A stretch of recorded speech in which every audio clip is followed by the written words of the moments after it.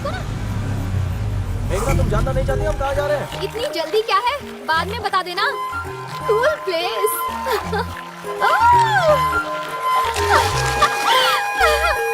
कितना मजा आ रहा है। मेघना, लोकेशन एकदम जोरदार है ना? जिया बेकरार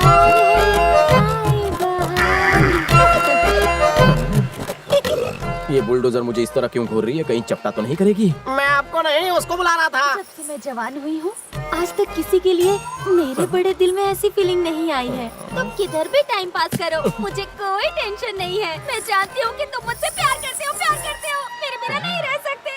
मुंह की बात छीन ली। Same to same feeling here. कहाँ जा रही हो डियर? मैंने तुम जैसी लंबी चौड़ी खुले दिल वाली कन्या कभी नहीं देखी। सामने से दावत दे रही हो? घोड़ी चढ़ने से अच्छा है कि मैं तुम पर चढ़ूं। तुम्हें मुझसे प्यार हो गया है ना? हेलो, इससे भी लव एट फर्स्ट साइट हो गया? 1 मिनट। पटाखा है ये। लव एट फर्स्ट साइट हो गया है मुझे इससे। प्यार में छोटा बड़ा पतला दुबला नहीं होता। 4 पहिए पे सोने से अच्छा है मैं इस डनलॉप की गद्दी पर रेस्ट करूं। तुम जैसी वेस्ट के साथ टाइम वेस्ट नहीं करना मुझे। चलो कहाँ क्या शादी करने? सुहाग रात मनानी है कि नहीं? 3 जुड़वा बच्चे पैदा होंगे जब तुम गले में हार डालोगी। मंदिर ऊपर है, बंदा तेरे प्यार में बना कबूतर है। उड़ा ले मुझे। कहाँ चली? मेरी शादी नुक्कड़ के पान वाले से होने वाली है। पहलवान है वो। मैं भी जिम चलाता हूँ। रुक जा चंपाकली, अनारकली, कहाँ चली? ओहो, तो इस डायनामाइट को फटने के लिए तुमने भेजा था। ओहो, लड़की हंसी मतलब हंसी। वैष्णवी को जानती हो? हाँ, 2-4 बार उससे फोन पर बात हुई है। श्री भैया हमेशा इसी टेंशन में रहते थे कि उसकी फैमिली से शादी की बात कैसे करेंगे, और वो हमेशा मुझसे कहते कि तुम अगर बात करोगी तो वो जरूर मान जाएंगे। ये बताओ, उनका अफेयर कहाँ तक पहुँचा है? वही सब पता करने और उसका बर्थडे सेलिब्रेट करने के लिए मैं और मेरा दोस्त सुबू सऊदी गए थे।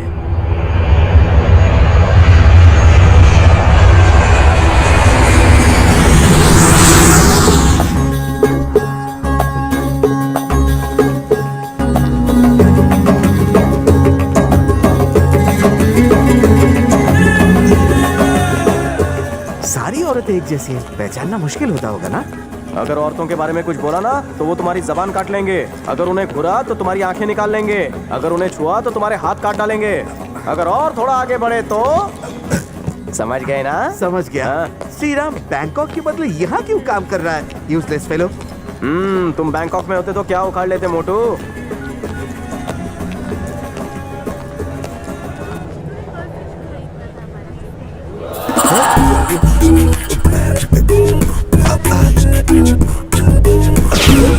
कहाँ गायब हो गया?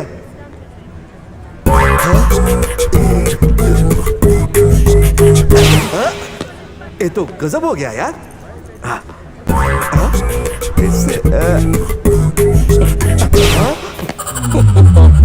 अरे सूर्या, यह मुझे डॉलर का बंडल दिख रहा था। रसगुल्ला खाकर पेट खराब हो गया। अरे रसगुल्ला यहाँ कहाँ मिलेगा? देख देख, ये होलोग्राम फोन है। मोबाइल के अंदर की फोटो बटन दबाते ही बाहर दिखती है। क्या कमाल का फोन है यार। पर ऐसे बैठे बैठे श्रीराम तक नहीं पहुंचा जा सकता। चल बाहर चल, वो वेट कर रहा होगा। चलो। अरे उठ मोटे, कौन सी दुकान की मिष्टी खाता है? श्री तो आया ही नहीं। लगता है किसी जरूरी काम में फंस गया होगा। हमारे पास उसका एड्रेस है ना, चल पहुंच जाते हैं। टैक्सी में घूमेगा, चल।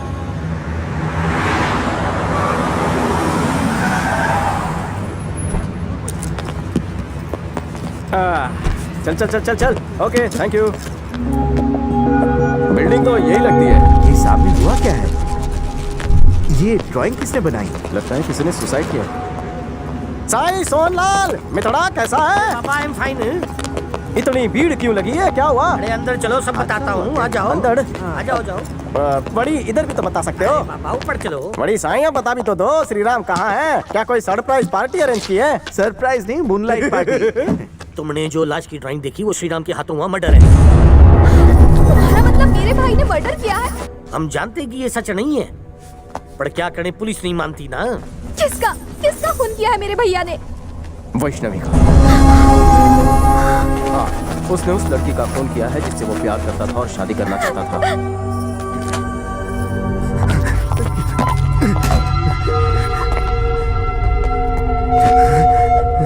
हे श्री, ये सब क्या हो गया मेरे दोस्त? घबरा मत, अच्छा बैठ। ले, ये ले, पानी पी, पानी पी। हे श्री, श्री मेरी तरफ देख, बता क्या हुआ, बता। वैष्णवी मर गई। वैष्णवी की मौत की वजह से श्री बहुत दुखी था। उसने मुझे अपने मोबाइल पर उसकी खींची हुई आखिरी फोटो बताई।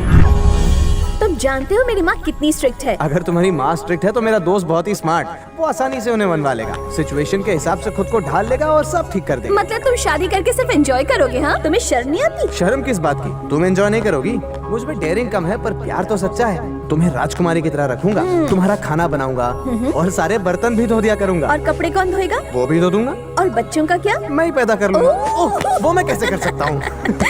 हे, मुझे लगा कि तुम एक दिन मुझे डोमिनेट करोगे, इसलिए सारे प्रूफ्स रखे हैं मैंने। ये क्या है?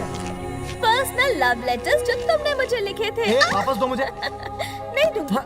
ये तो मैं पूरी please जिंदगी वैशु, अपने come पास on। रखूंगी। प्लीज वैशु। एक मिनट रुको। माय डियर जानू, मैं तेरे लिए पागल हूँ। जब पहली बार मिली थी तो मैंने सोचा था होठों से चुभोगी, पर तुमने तो फ्लाइंग किस पे निपटा दिया। वैशु, उसी दिन मुझे लगा तो लड़की फिट है, मेरी जिंदगी में हिट है। तुमने हाँ? नहीं दूंगी। नहीं नहीं, मैं ये लेटर सारी फ्रेंड्स को दिखाऊंगी। उन्हें भी तो पता चले। वैशु कम ऑन यार। नहीं हंसेंगे मेरे राजा। वापस। नहीं दूंगी।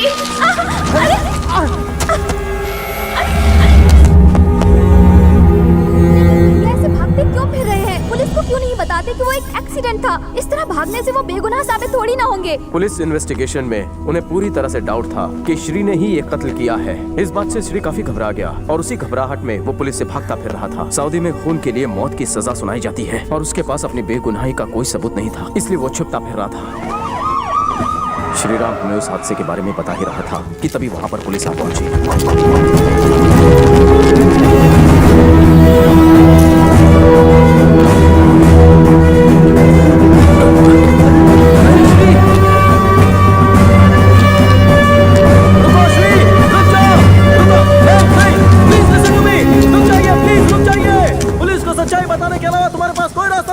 नहीं, मौत ही मेरा आखिरी रास्ता है। सऊदी में कोई बेल या बेनिफिट ऑफ डाउट नहीं होता और मेरे और वैष्णवी के अलावा इस हादसे का और कोई गवाह भी नहीं है। जेल की सलाखों के पीछे हर पल घुट घुट के मरने से अच्छा यहीं अभी अपनी जान दे दूं। पागलों की तरह बात मत कर, नीचे उतर। अगर तू पास आया तो मैं अभी कूद जाऊंगा।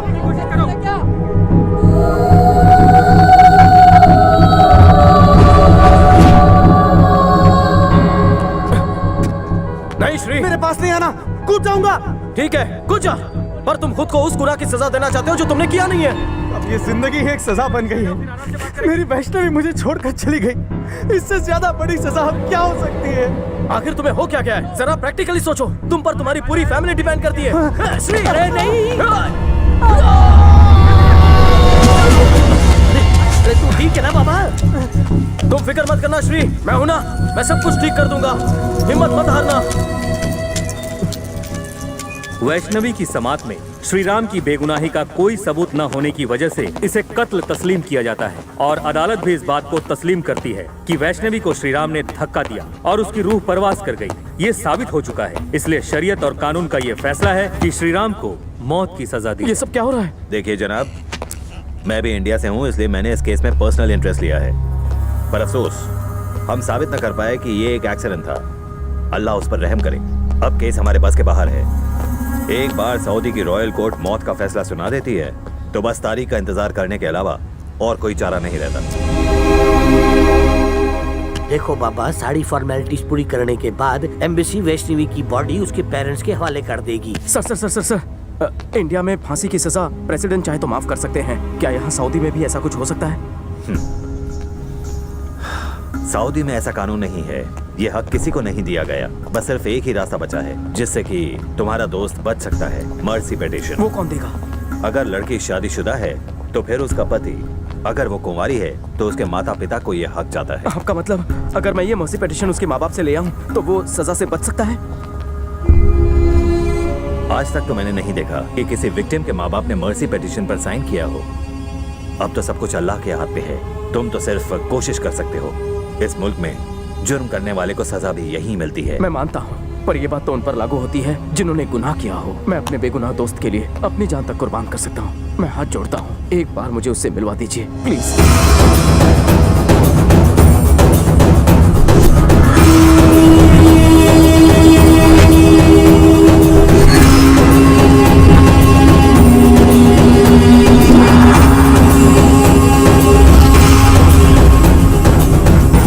श्री, मैं वापस इंडिया जा रहा हूँ। मैं ये मर्सी पिटीशन साइन करवा के ही लाऊंगा। मैं तुम्हें छुड़ाऊंगा, भरोसा रखो। उसके पिता कोई आम इंसान नहीं है और वैष्णवी हमेशा मुझे अपनी माँ के बारे में बताती रहती। वो भी उसूलों की बहुत पक्की है, बहुत सख्त है। मुझे डर है कहीं तुम मेरी जान बचाने के लिए उनके पास जाओ और वो गुस्से में तुम्हारी जान न ले ले। वहां मत जा यार। मुझे बस इतना बताओ कि वो कहाँ है, बाकी सब तुम मुझ पर छोड़ दो। वो लोग पूना के एमजी रोड में रहते हैं। वहां उसकी माँ से पहले मिलना, शायद वो इस बात को समझ सके। सूर्या, मेरे पापा की सेहत ठीक नहीं रहती। अगर उन्हें मेरे बारे में पता चला तो उन्हें एक और हार्ट अटैक आ जाएगा। शायद वो इस बार उसे सह ना सके। फिक्र मत करो, सोहन लाल ने तुम्हारी कंपनी में बात कर ली है। वो सब कुछ अच्छी तरह से संभाल लेंगे, बाकी मुझ पर छोड़ दो। ओके? हे दोस्त, many happy returns of the day यार। तुम्हारे बर्थडे में केक का नाश्ता करेंगे, अपना वादा है। मेरा भाई इतनी बड़ी मुसीबत में है और तुम मुझे अब बता रहे हो? जवाब दो, मुझे ये बात पहले क्यों नहीं बताई? भैया!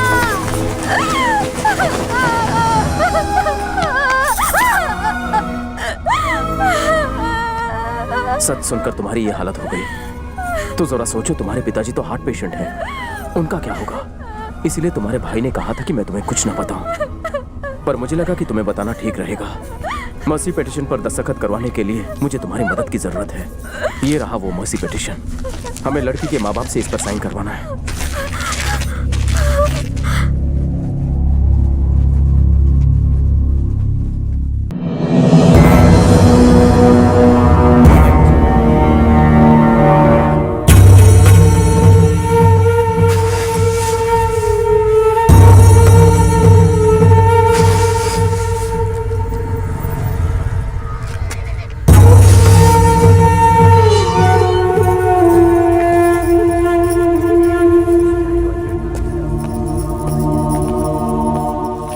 नमस्ते आंटी जी,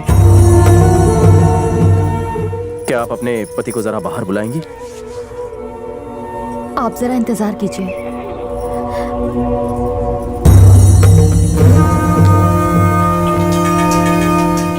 बाहर आपसे मिलने कोई आया है।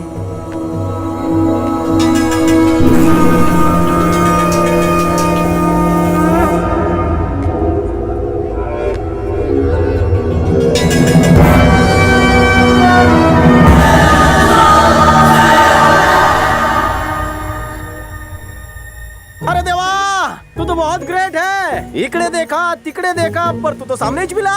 बड़ी बॉडी वाला, बड़े दिल वाला, तुमसे बड़ा कौन हो सकता है? एक मिनटासाठी गुस्से को जरा ब्रेक लगाना प्लीज। हैं? क्या लगता है भिड़ू, इतनी खामोशी कहीं आने वाले तूफान के पहले की तो नहीं? काय करूं? जब डायलॉग बाजी से काम ना बने तो ओवर एक्टिंग करनी चाहिए। पाया पर तो पाटिल साहब। रामखोर, तेरी हिम्मत कैसे हुई मेरे घर में पांव रखने की? काट डालो हरामजादे को। अरे देवा, ये सुधरेंगे नहीं, आज भी मारा मारी करेंगे। हे, ज्यादा बंद कर। ऐसा कैसे बोलता पाहुणा? मैं सब्जी तरकारी हूँ जो मुझे काट डालेंगे? निपन मराठी छे। सीखने की कोई सीमा नहीं होती, आई लर्निंग। लेकिन फिर भी अगर आपको तकलीफ हुई हो तो मैं मन से आपसे माफी मांगता हूँ। शैतान जी, इसके झांसे में मत आना। ये बोल रहा था आपकी धोती उतार के आपकी पुंगी बजा देगा। शर्म आनी चाहिए तुझे, इतने महान इंसान की धोती उतारेगा? इसकी बातों में मत आना, ये एक नंबर का झोल पट्टी आदमी है। पूछिए इस टकले से। हाँ शैतान जी, इस चिकने ने ऐसा कुछ भी नहीं कहा था आपको कुत्ते के जैसा मारेगा। इसका सर धड़ से अलग करके मेरे टेबल पे रख दो। आज तक अपना खड़ा कॉलर भी कोई टच नहीं कर पाया है। तेरे से शुरुआत करो क्या? तेरे से?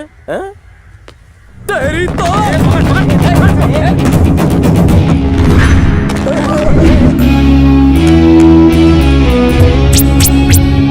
पाटिल साहब, बगित लगा कसं इन लोगों को झांसा दिया।